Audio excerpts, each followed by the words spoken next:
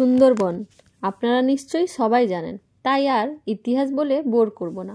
আগের বছর ঠিক সরস্বতী পুজোর সময় আমরা ঘুরতে গেছিলাম বন্ধুদের সঙ্গে।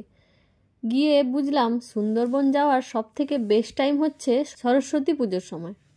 কেন? সেটা আমাদের এই ভিডিও দেখলেই পুরোটা বুঝতে পারবেন।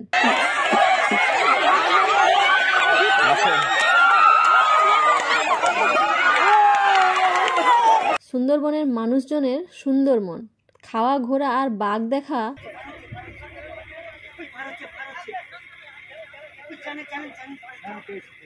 তার সঙ্গে আরও অনেক কিছু। 2 রাত্রি 3 দিনের জার্নি ছিল আমাদের। তাহলে সঙ্গে থাকুন, আমাদের এই জার্নিতে বেশ দারুণ লাগবে। আমাদের বাড়ি কাঁথি, সুন্দরবন থেকে অনেকটা দূরে, প্রায় 200 কিলোমিটারেরও বেশি। তাই আমাদের ভোর 3:30 থেকে বেরিয়ে পড়তে হয়েছিল। সকাল 7টায় ছিল আমাদের মিটিং পয়েন্ট শিয়ালদায়, আর আমাদের ট্যুর গাইড ছিল ভাস্করদা। শিয়ালদাতে ট্রেন ধরে আমরা পৌঁছে গেলাম ক্যানিং স্টেশন। প্রায় 1 ঘন্টা লাগলো।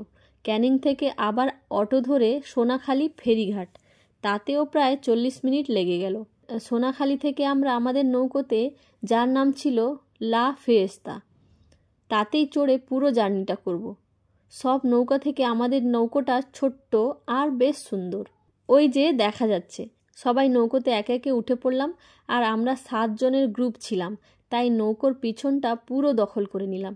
আমাদের নৌকোতে সবাই মিলে 19 জন ছিল। বন্ধুদের সঙ্গে মজা করতে না করতেই চলে এলো মাজা, ওয়েলকাম ড্রিঙ্কস। ওটা শেষ হতেই পেয়ে গেলাম ব্রেকফাস্ট, গরম গরম হিঙের কচুরি, সঙ্গে আলুর দম আর মিষ্টি। আহা, ঘোরা যাই হোক, খাওয়া কিন্তু দারুণ হয়েছে। তারপর তোমাদের দাদাভাইয়ের সারপ্রাইজ। আমাদের বন্ধুদের মধ্যে 3 জনের বার্থডে ছিল 1-2 দিন আগে পরে, তো ওটা সেলিব্রেট করার জন্য ক্যানিং থেকে কেকের ব্যবস্থা করে ফেলেছিল। সুন্দরবনে নদীর ওপরে নৌকোর মধ্যে এইরকম কেক কাটার এক্সপিরিয়েন্সটা খুবই সুন্দর আর ম্যাজিক্যাল ছিল। আর আমি আগে থেকে কিছুই জানতাম না, তাই আমার অনেক ভালো লেগেছে। এইসব ছোট ছোট খুশি নিয়েই তো আমাদের জীবন, তাই না? তাই কেক নিয়ে নৌকায় সবার সাথে শেয়ার করলাম আর সবার সঙ্গে আলাপ করলাম। এই সব করতে করতে পৌঁছে গেলাম আমাদের প্রথম গন্তব্যে, গোসাবা। গোসাবা হলো একটা মার্কেট। যদি কারোর কিছু কেনা থাকে, এখানে সব কিছুই পেয়ে যাবেন। গোসাবাতে দেখলাম হ্যামিল্টন বাবুর বাংলো, সেই আগেকার কাঠের একটি বাড়ি। তারপর দেখলাম রবীন্দ্রনাথ ঠাকুরের বাংলো। রবীন্দ্রনাথ ঠাকুরের বাংলো হচ্ছে একটা পার্কের মধ্যে। এই পার্কে এসেই বাঘের দেখা পেলাম, যদিও বা ওটা ছিল নকল, তবে আসল বাঘেরও দেখা পেয়েছি, ওটা পরে দেখতে পাবেন। বেশ কিছু ছবি তুলে একটু ক্লান্ত হয়ে আবার নৌকায় উঠে পড়লাম। উঠে দেখি লাঞ্চ রেডি, কাঁসার থালা বাটিতে সুন্দর করে পরিবেশন করা। বাসমতি রাইস, মাছের মাথা দিয়ে মুগ ডাল, চিংড়ি কচু শাক, বেগুনি, ফুলকপির সবজি, ভেটকি মাছের পাতুরি, ডাব চিংড়ি, চাটনি, পাঁপড় আর শেষে মিষ্টি দই। এক কথায় খেতে অসাধারণ ছিল। পেটের সঙ্গে মন পুরো ভরে গেছিল। তারপর নৌকায় রেস্ট নিতে নিতে আমরা পৌঁছে গেলাম পাখিরালয় ফেরিঘাট, আমাদের হোটেলে। ঘাট থেকে আমাদের হোটেলটা বেশ কাছেই ছিল। হোটেলের নাম O2। O2 মানে অক্সিজেন, আমরা জানি। তবে হোটেলে অক্সিজেন যাই থাক, হোটেলের আশেপাশের পরিবেশটা দারুণ ছিল, একদম পুরো গ্রাম্য পরিবেশ। আমাদের হোটেলের রুমটা ছিল একদম বেসিক, ডবল বেড, কম্বল দেওয়া, এসি লাগানো ছিল, যদিও বা আমাদের এসির প্রয়োজন হয়নি। ফ্যান, লাইট, পর্দা সবই পেয়ে যাবেন। আর বাথরুমটা বেশ পরিষ্কার, বেসিন, কোমোড দেওয়া আছে, আর তার সাথে শাওয়ার, ট্যাপ, বালতি, মগ সবই আছে। তবে গিজারটা ছিল না, কিন্তু গরম জলের ব্যবস্থা আছে। তারপরে একটু ফ্রেশ হলাম। ফ্রেশ হয়ে চলে গেলাম পাশেই সরস্বতী পুজোর উপলক্ষে পাড়ায় খেলাধুলা হচ্ছিল গ্রামবাসীদের, ওটা দেখতে। এই খেলাটা দেখুন। আমরা টাগ অফ ওয়ার বা দড়ি টানাটানি সাধারণত জানি 2 জন টানে, তবে এটা একটু অন্যরকম। 3 জন 3 দিক থেকেই টানছে, আর যে প্রথমে বোতলটা ছুঁয়ে দেবে সেই জিতে যাবে। খুব রোমাঞ্চকর এই খেলাটা। অনেকক্ষণ চেষ্টা করার পরে একজন জিতল। এটা দেখুন, এটা আরও মজার একটি খেলা। লাঠি ধরে 10 বার গোল গোল ঘুরে ফুটবল মেরে গোল করতে হবে। দেখতে যতটা মজাদার, কিন্তু খেলতে অনেক কঠিন।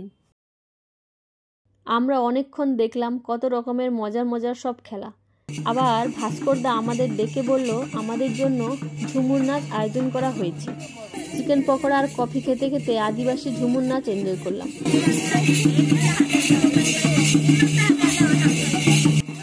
আমরাও গিয়ে ওদের সঙ্গে একটু আনন্দ করলাম। তারপর আবার গ্রামবাসীদের খেলা দেখতে চলে গেলাম। দেখতে তো বেশ দারুণ লাগছিল, সবাই খুব মজা করে খেলছিল। এইবার তো আমরাও অংশগ্রহণ করলাম। আমাদের বাড়ি থেকে একটা দিদি এসছে, খেলা করছে, খুব ভালো লাগছে। কোথায় বাড়ি জানি না, বাইরে থেকে মনে হচ্ছে কলকাতার, বোম্বে, দিল্লি হতে পারে। খেলা করছে, খুব ভালো লাগছে খেলাটা। মনে হচ্ছে ফার্স্ট প্রাইজ নিয়ে যাবে দিদি। খুব ভালো লাগছে খেলাটা, সবাই একটু হাততালি দিয়ে ভালো হয়। মনে হচ্ছিল যেন সুন্দরবন আমাদের জন্য এইসব অ্যারেঞ্জ করেছে। মানুষজন খুব ভালো ছিল, আমাদের সঙ্গে ওনারাও খুব আনন্দ করেছে। সত্যি সুন্দরবনের মানুষের সুন্দর মন। এটাই আমাদের পুরো জার্নিটাকে আরও স্পেশাল আর ইন্টারেস্টিং করে দিয়েছিল। তারপর ডিনার করলাম বাসন্তী পোলাও, আলুর দম আর মটন কষা দিয়ে। দারুণ সব খাবার, রাঁধুনি তো ম্যাজিশিয়ান। এত টেস্টি রান্না বলে বোঝানো যাবে না। কোন ট্রাভেলার এজেন্সির সঙ্গে গেছিলাম, তার পরের দিনগুলোতে কি হলো আর বাঘের সঙ্গে কিভাবে দেখা হলো, ওটা পরের ভিডিওতে দেখাবো। আমরা রয়্যাল বেঙ্গল টাইগারের বাচ্চাও দেখেছিলাম। এই ভিডিওটা এই অবধি থাক। পরের ভিডিওটা যদি দেখতে চান তাড়াতাড়ি আসুন, তাহলে কমেন্ট করুন, আর 100টা লাইক হলেই ভিডিওটা পেয়ে যাবেন। আর মনে করে সাবস্ক্রাইবটা করে রাখুন পরের ভিডিওটা আপডেট পাওয়ার জন্য। নামটা কিন্তু মনে রাখতেই হবে, হ্যালো দিলরুবা।